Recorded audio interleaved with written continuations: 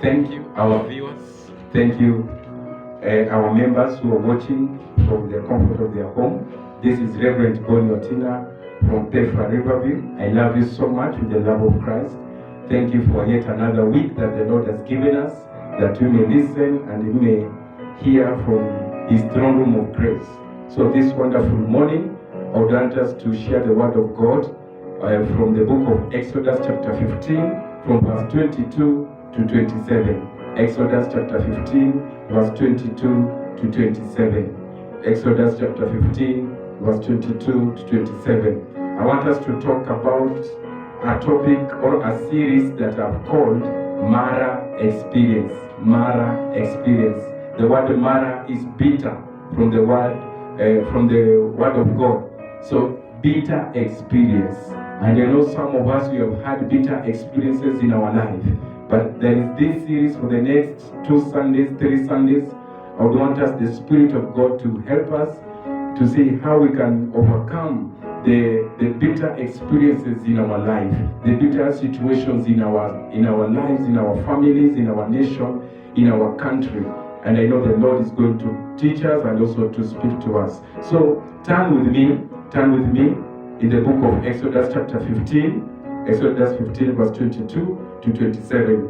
If you are there, then we can read together.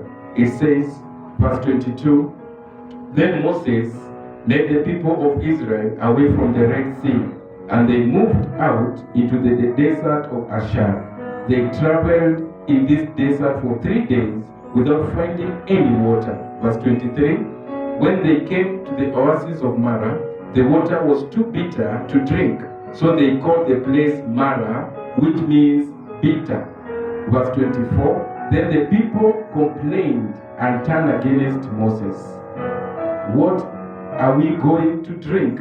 They demanded. Verse 25, So Moses cried out to the Lord for help, and the Lord showed him a piece of wood. Moses threw it into the water, and this made the water good to drink.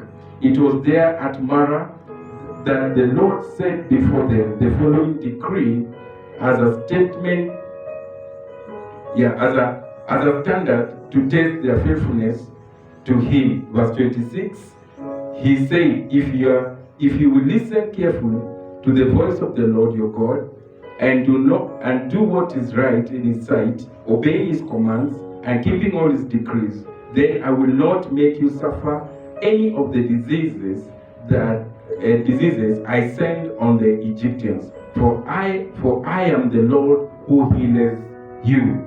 Verse 27, the last verse in this chapter. After leaving Mara, the Israelites traveled on the oasis of Elim, where they found 12 springs and 70 palm trees. They camped there beside the water. May the Lord bless the reading of His word. Let us pray. Our Heavenly Father, in the mighty name of Jesus, we thank you for yet another moment that we are ready to listen from your word. Thank you for my viewers. Thank you for those who are watching from the comfort of their homes. Thank you for those who are watching wherever they are. I pray that your word is going to reach them. Your word is going to bless them. Your word is going to encourage them. Your word is going to bring hope in the midst of these hopeless situations, in the midst of bitter situations, in the midst of situations that are not good. Jehovah, your word is going to make them stand again in the name of Jesus. I pray that you may use me as a vessel. I don't depend on my own experience, but I pray for the Holy Spirit to come and take over in the name of Jesus. Father, may you receive all the glory and honor, for it is in Jesus' mighty name I pray and believe. Amen. Amen. My viewers, welcome once again. So these 2 Sundays or 3 Sundays, I want us to go through this series that I've entitled Mara Experience. And I've told you Mara means bitter. It is a bitter thing. Something that is not good, something that is so bitter. Mara Experience. And the children of Israel, they reach at a point in their life, they experience a bitter situation. They experience a hard situation. And that's why I've come to encourage someone who is watching this morning that you might be in a bitter situation. You might be in a Mara situation. But I want us to learn from the children of Israel what they did and what they did not do, so that we know to take precaution and help us on how we can come out from our Mara experience. But let me just tell you, the book of Exodus is a very interesting book, because you remember in Genesis, when God wanted to set a nation, he had to look for people, he had to look for the land, and he had to look for the law. And so the book of Exodus is giving us, God is establishing the law for them. He's establishing this law for the children of Israel, because God was making a nation right from Genesis. And now the book of Exodus is a very interesting book, because the Exodus means they're coming out, is their exit. But God is giving them a law that will guide them through the nation that God is establishing for them. So, very often, learning lessons is a bitter experience. They say, I know you've heard of this word, that they say that experience is the best teacher. Experience is the best teacher. The experience that you have will teach you to be wise in life. And that's why even today, we want to learn how this experience at Manna made these children of Israel know about God and learn about God. So it is true that experience is the best teacher. So in this passage that we have read, the children of Israel, they have just come from a victory. They have just come from a victorious moment. They have just come from where they have seen the hand of the Lord. Remember when Moses guided them through the land of Egypt, because God used Moses as their deliverer. God saw their heart, God saw their suffering, and God made sure that he has sent Moses to take them away from Egypt. So when God prepared the stage and everything was ready for them to leave, when they were approaching the desert where God was leading them, the wilderness where God was leading them, they reached at a moment where they found the Red Sea. So my brother, my sister, they were discouraged, because when they looked ahead of them, the Red Sea was there. They didn't see a way. They didn't see where they can pass through. And when they looked back, they saw chariots, Pharaoh coming with chariots and horses to take them back. And that was a very hard situation for these children of Israel. And they started complaining and asking Moses, the armies of Egypt are coming after us. Now, before us there is no way. And in that moment, when Moses turned to God, God told him, be still and know that I'm God. I'm going to make a way. And indeed, our God is a God who makes a way. It doesn't matter the situation. It doesn't matter what you're going through. It doesn't matter what seems to be possible with men. It is possible always with God. So in that moment, when there is no way ahead and the enemies are coming behind them, God made a way in the midst of the Red Sea. God made a highway and for them to pass. And indeed, they passed through a highway. That was a miraculous moment. That was a miracle that happened into their life. In fact, this is the first miracle they experienced from this Yahweh, from this God who called them out from Egypt. And they passed, all of them. None of them was left behind. They passed through the Red Sea. And I thank God for this miracle. Imagine the waters parting away so that they can pass through. Sometimes God will make things to part away so that your miracle should be birthed, so that you can enter into your promised land, so that you can enter into your miraculous moment. So in that situation, the children of Israel, they passed the Red Sea. So while the armies were coming, the armies of Egypt, when all of them stepped at the Red Sea, the waters came and they swept the entire army, and all of them, they perished. So this was the first miracle that these children of Israel, they experienced from the Lord. So they have just experienced a great spiritual victory, the victory of passing through the Red Sea. They have seen God delivering them from slavery. They have seen God giving them a new life, and they have witnessed God destroying their enemies at the depth of the Red Sea. They have seen God using the plagues in Egypt so that Pharaoh should allow them to go to worship God into to go and worship God into their own land. So these children of Israel, they forgot 3 days after facing that great trial, 3 days with no water, 3 days with no water to drink. They started complaining. They started learning or crying to God and to Moses, why have we come to this place where there is no water?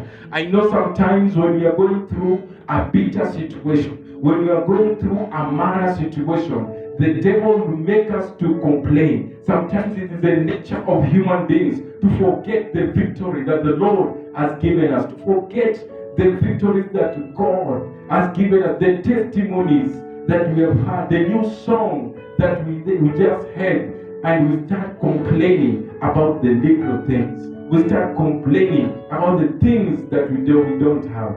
The children of Israel, they forgot the greatness of God. The children of Israel, they forgot the faithfulness of God in Egypt. They forgot the victory that God gave them at the Red Sea. And they started complaining because there is no water. In fact, there is water, but the water is bitter.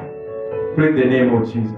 And that's why they named that place Mara. So I've come to tell us this morning, sometimes we are going through a bitter situation in our life. I know even this time is so bitter into the entire world, into the nation of Kenya. Things are not normal. Things are not working as they are supposed to be. And people are losing their jobs. And some businesses are being closed. Churches are being closed. And now we are coming out to online. Schools are closed. Things are not as the same as they used to be. And things are bitter. But there are 3 great lessons we can learn this morning through these children of Israel and the situation they are in. So for the next 3 Sundays, we are going to learn the lesson they learned about life. These children of Israel at that wilderness of Ashar, what did they learn? So we are going to learn 3 lessons they learned at the wilderness. And then also we are going to also learn the lesson about themselves. Because my experience teaches them something about life. And then also we are going to learn about themselves, and then also what they learned about God.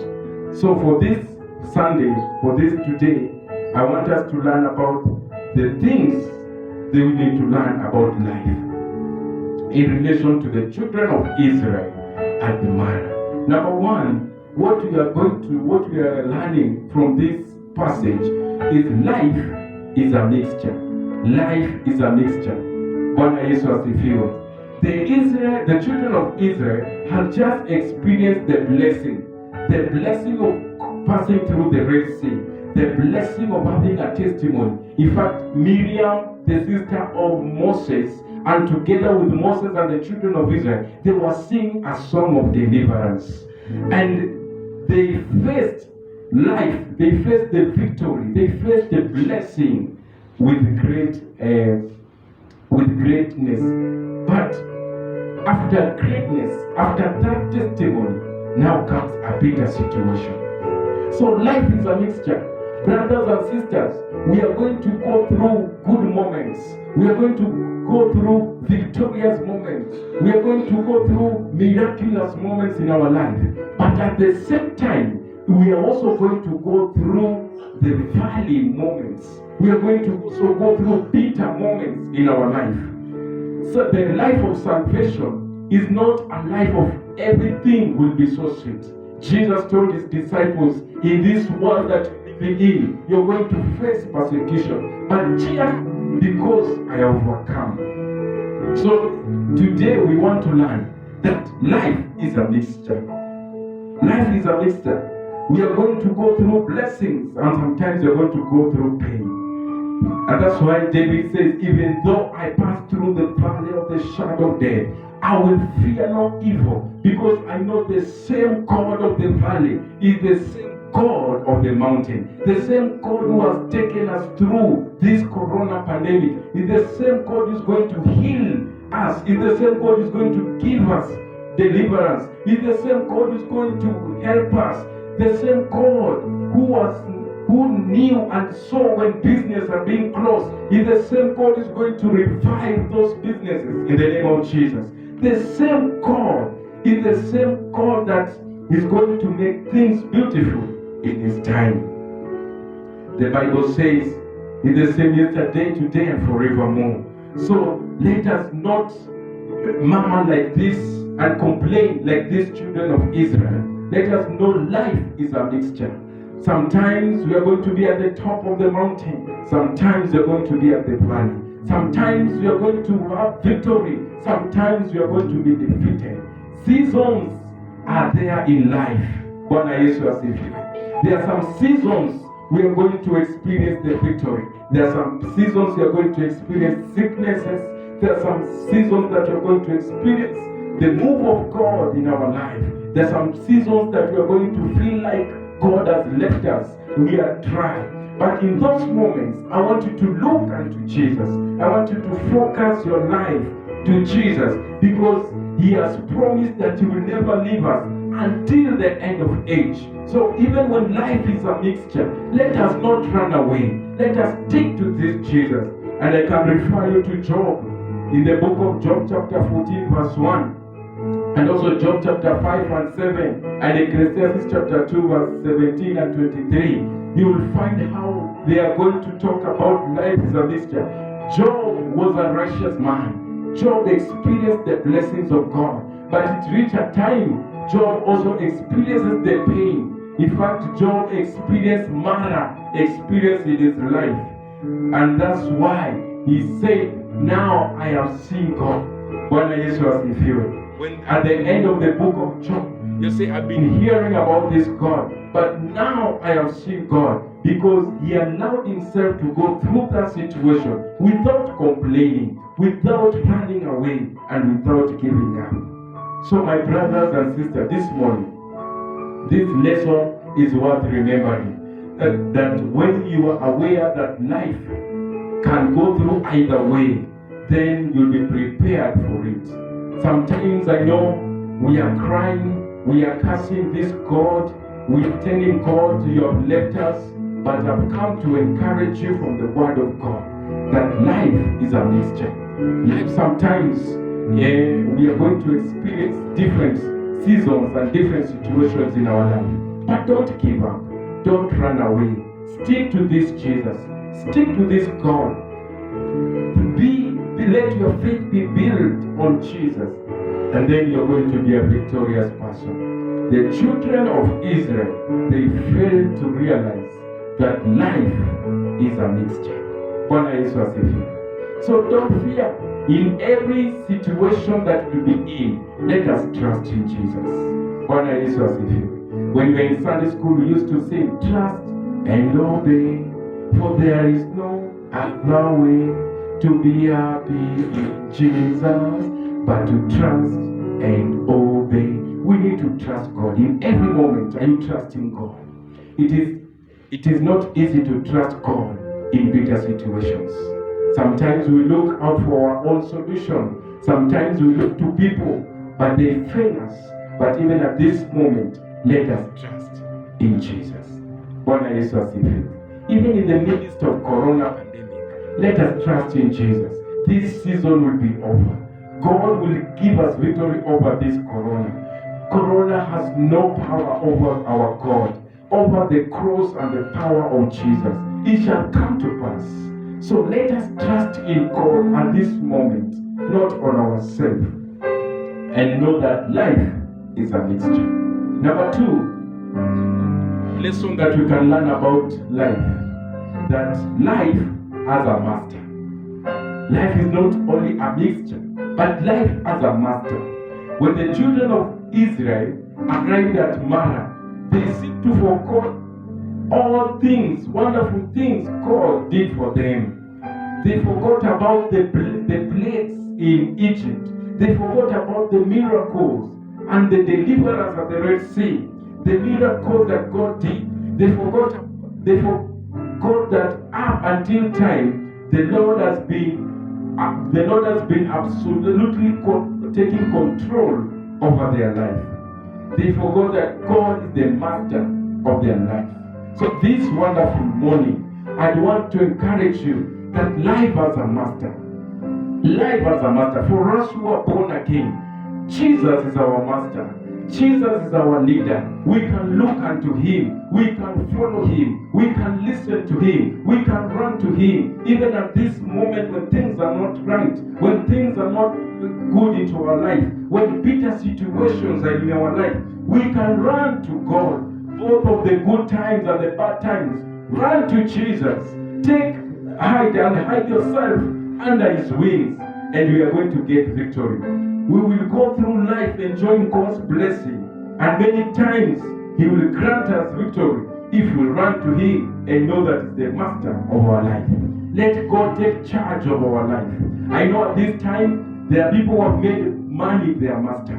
There are people who have looked they have made their friends to be their master. We have looked unto people to be our master. There are things that are controlling you, because something that masters you is something that controls you. It's something that leads you.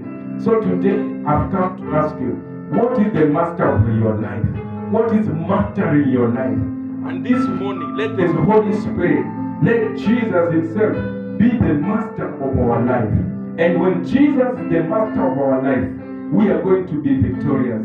I remember the disciples when they were there in the boat with Jesus, and the winds came and the boat was tossed around. They forgot they have the master in the boat until they started crying. And they wake up Jesus and telling God, we are perishing. And Jesus asked them, where is your faith? When you have the master in your boat, things are all right, because he can calm the storm. He can calm everything that is coming into your life in the name of Jesus. We need to take Jesus in our boat. We need to take Jesus in our life and make Jesus our master of our life.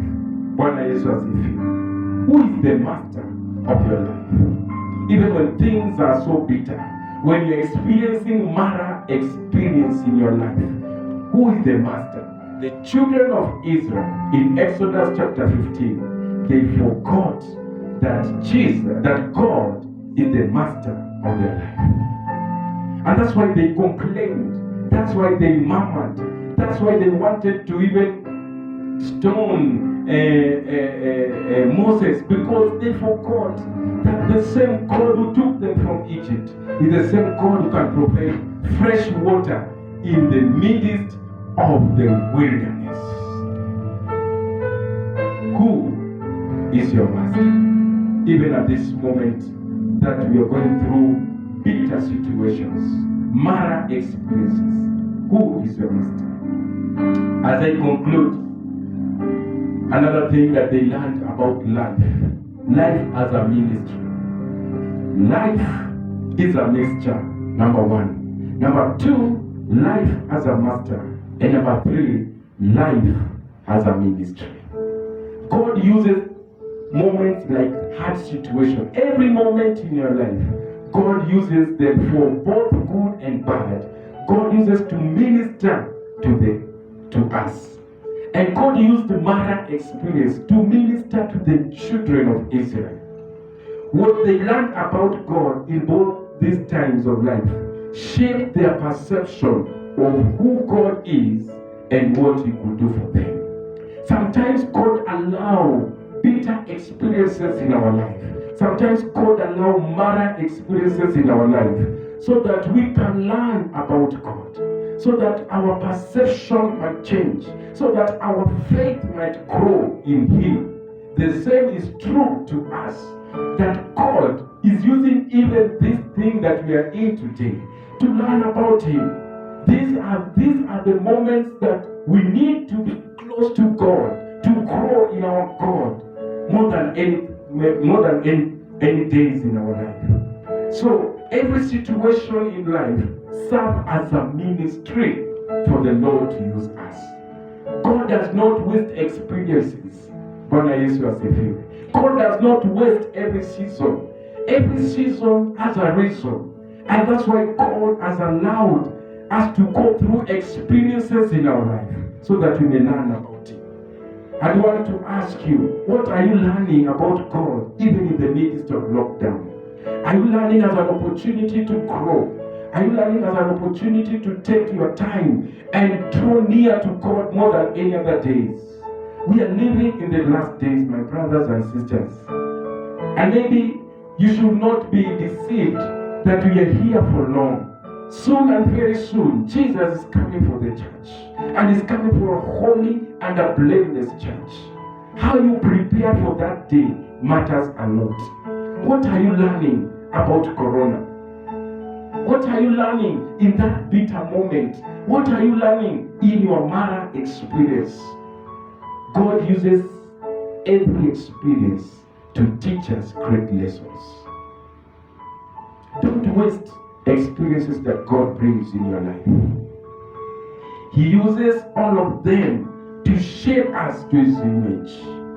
God would want us to grow into the image. The goal of every experience that God releases in our life is for us to grow into His image, to be conformed to His image, to be transformed in our minds, and also to be conformed to His image.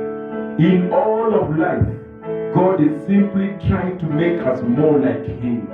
In Ephesians chapter 4 verse 13, God is trying to make us more like Him. And that is our great prayer this morning.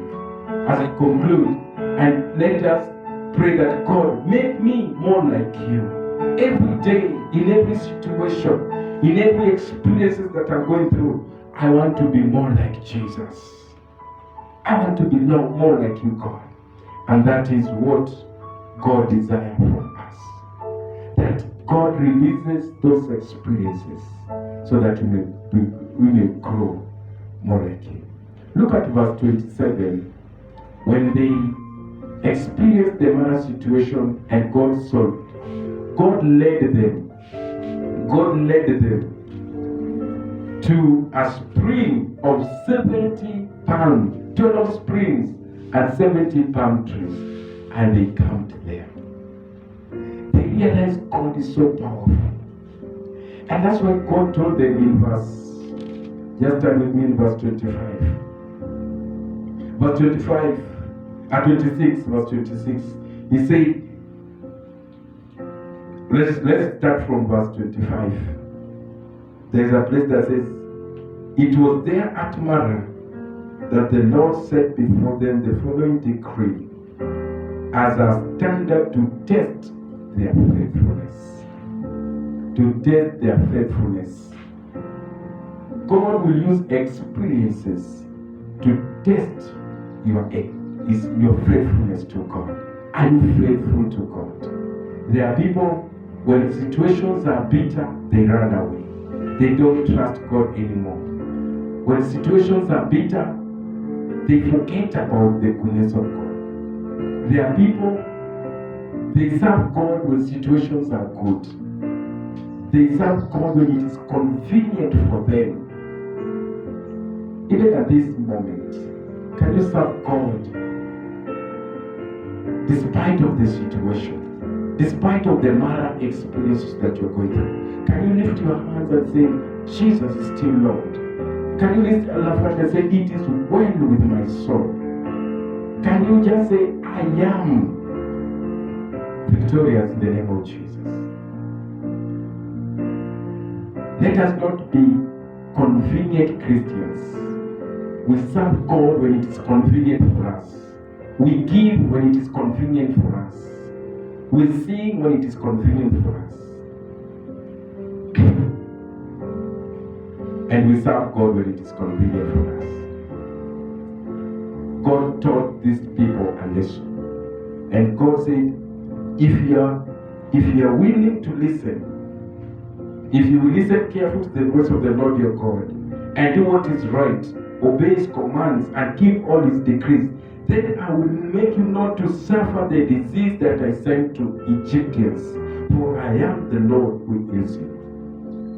Let me tell you, if we are just obedient to God, even this pandemic will not overcome us. Sometimes God releases such judgment to teach us something. And I've started changing my perception towards God. I know we are in a hard moment, but God uses bitter situation to test the level of our faithfulness. Are you faithful to God this morning? God is calling upon you in every bitter situation that you are in. May you trust upon Him. May you give your life wholly to God. God is teaching us something about life. Number one, life is a mixture. Number two, life as a master. And number three, life is a ministry. If you will get all those three things for today, then you shall live a victorious life. And I know God is a powerful God. Situation cannot defeat our God. He defeated everything at the cross, and He said it is finished. The work of saving man, it is finished. Everything that may come against us, it is finished. We have victory in Jesus Christ. And I wish we know the victory we have, our position we have in Jesus. We shall not cry like the people of the world. We shall not give up our faith. We shall not compromise our stand and our integrity in the Lord Jesus Christ.